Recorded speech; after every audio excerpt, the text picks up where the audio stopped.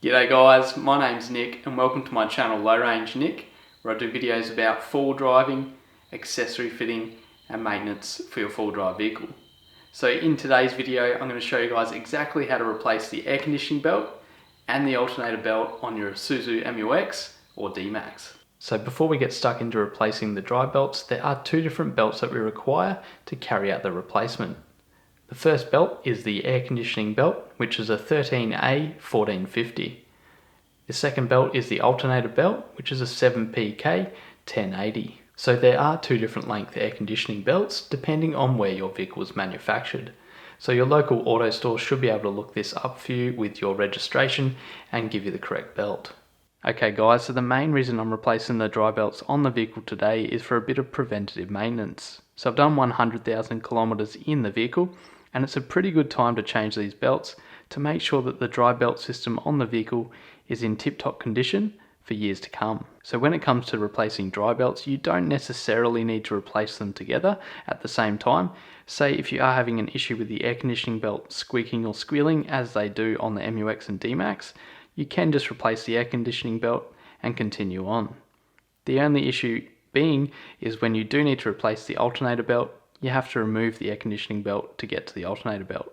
So at that time, you may as well replace both the belts to make sure they're in tip-top condition. So now let's get stuck into replacing the dry belts, and I'll show you guys exactly how to do it. So the first step to replacing the dry belts is to remove the engine cover. So this is just on 4 grommets. So we just get under the front and pop it up, and then just pop each side up as well.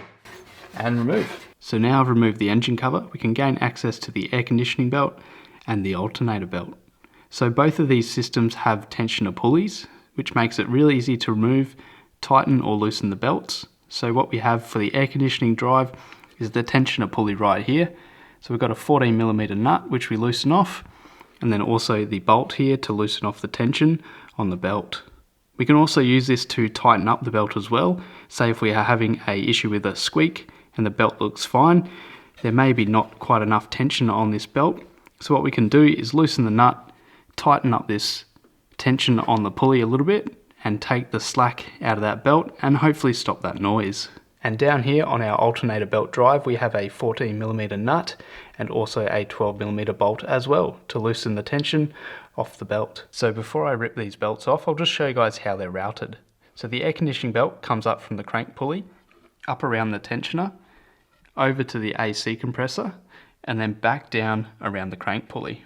And the alternator belt comes around the crank here, up over the tensioner, around the alternator, and over this side it comes from the alternator, around the water pump, and back down around the crank pulley. So if this is your first time replacing dry belts, it can't hurt to draw a little belt diagram, just so you know exactly how that belt is routed. So I've just drawn up a really simple belt diagram here for the AC belt and the alternator belt. So if this is your first time replacing the dry belts, this is a really good way for you to remember which way the belts are routed and give you a little bit of peace of mind. So now I'll just loosen off the 14mm nut on the tensioner for the AC. Now I just need to loosen this off maybe 2 turns or so, just so it can move freely up and down. And now I can loosen off the 12mm bolt here.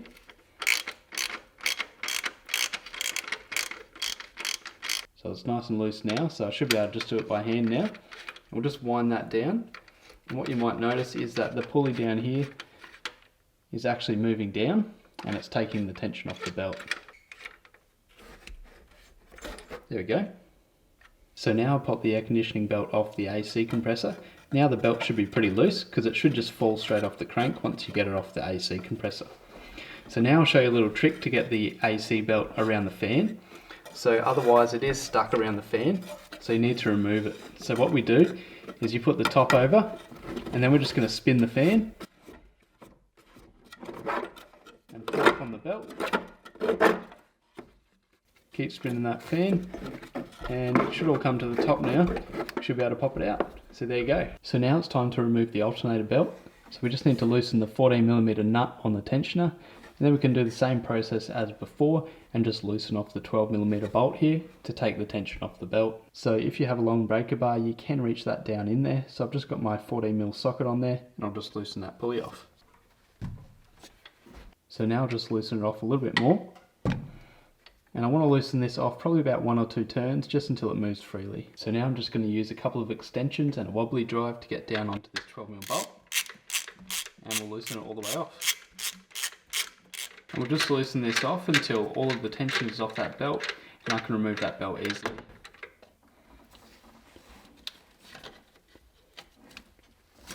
There we go.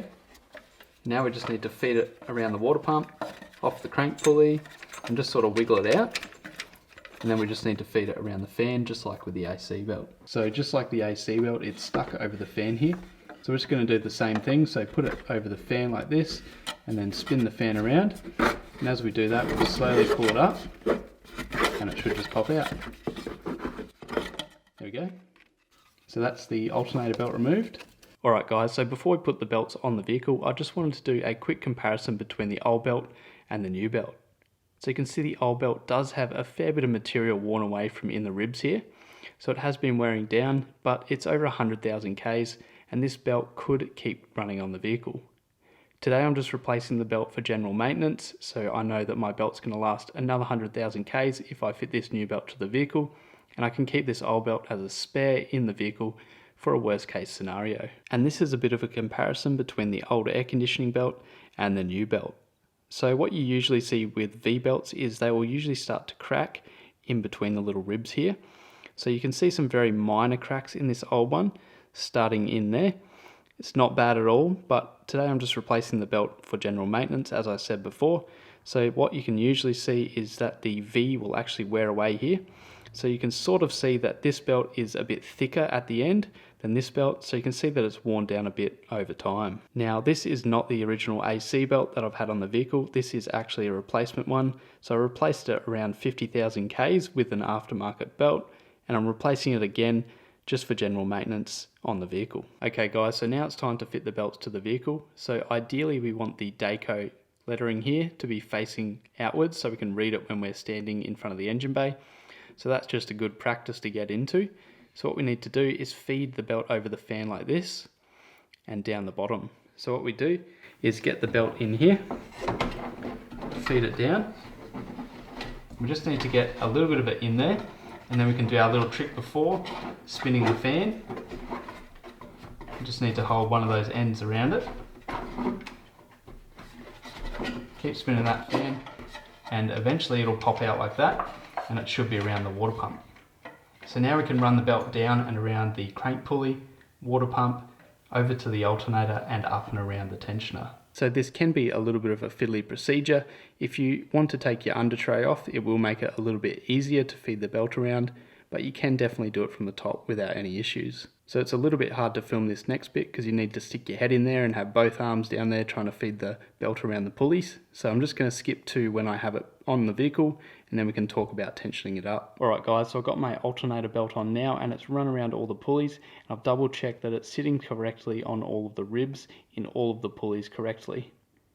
What we can do now is tighten our tensioning bolt here until there's a bit of tension on the belt. For starters, we'll just do this by hand, and once it gets too tight for us to turn by hand, then we'll just nip it a couple of turns.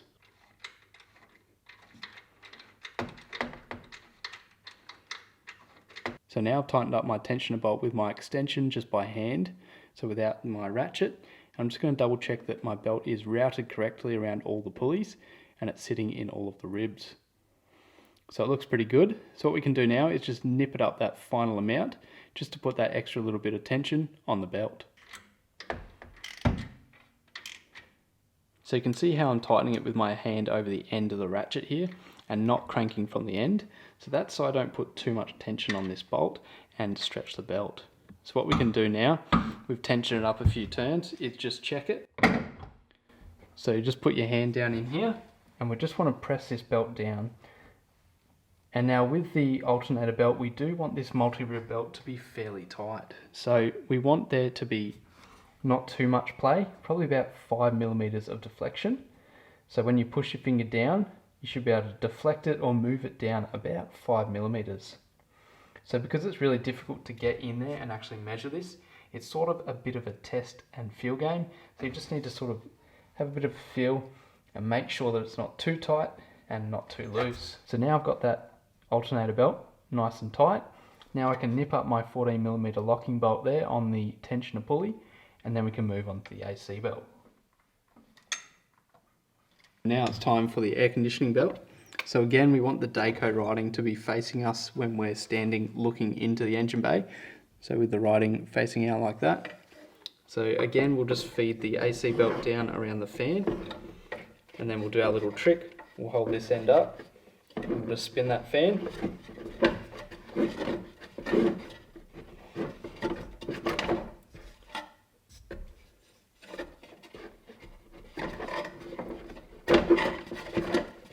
Just wiggle it around until it drops through. So now we've got it facing the right way, and it's around that water pump and the fan. So now we can just feed it down and around the crank down the bottom. So I usually do that first, because you can sort of just jig it around without having to put your hands down there. So now we've got that on, around the tensioner pulley there, and then we'll work it around the AC compressor on this side. There we go, just pop it back on that tensioner.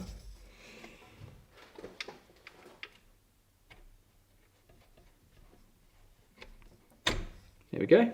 So now I usually just put a bit of tension on it and just have a bit of a look down there with my torch and just make sure that it's around the pulleys correctly. So my AC belt is around all my pulleys correctly. So now I can just start tightening my AC belt. So we'll just do this the same as we did the alternator belt. So I'll just tighten it by hand firstly, as tight as I can get it, and then we can work on tensioning it correctly. Alright guys, so I've tightened the belt up as tight as I can with my hands off this little socket here. Now you can see I've got a fair bit of tension on this belt, which is good. So what I need to do now is check the belt deflection down here between the AC compressor and the crank pulley. So this is the section where the belt is the furthest away. So we always need to check it there. So we just need to check for deflection, and with a V-belt we want around 10mm of deflection at its longest point.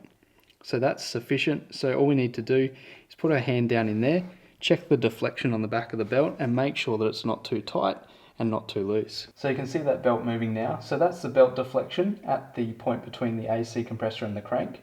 So I think that might be a little bit too much. So what I'm going to do is just give it a couple more turns and recheck it. So now I'm happy with the tension on my air conditioning belt. I can tighten up the nut and lock off the tensioner pulley.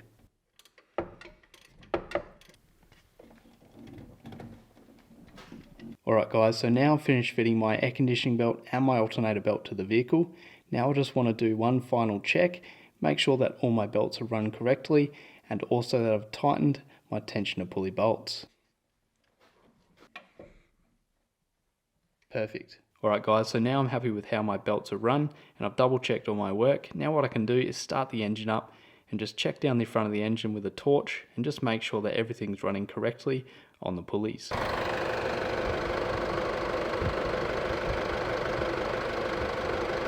So there you go guys, the belts are running really nicely around all those pulleys and they're tensioned correctly. We've got no squeals or noises coming from the belts, so that's really good. So the final step is to fit our engine cover, and then our dry belt replacement is all finished. So my tip for the day is, if you have a lifted MU-x like me, or if you are a little bit shorter, a milk crate is going to be your best friend for this job. So another tip is to remove that bash plate underneath the vehicle. So you've got 6 bolts, you can take that off and it will definitely help with accessing those belts and routing them around the pulleys properly. So there you go guys, I've replaced the air conditioning belt and the alternator belt on the MU-x, and now I just need to maintain those belts and check them each service. So if you did enjoy today's video, or if you got any feedback on what you saw in today's video, let me know down in the comments your thoughts. So thanks a lot for watching guys. If you did enjoy today's video, please give it a big thumbs up, subscribe to my channel, and stay tuned for more four-wheel driving, accessory fitting, and maintenance videos. Cheers guys.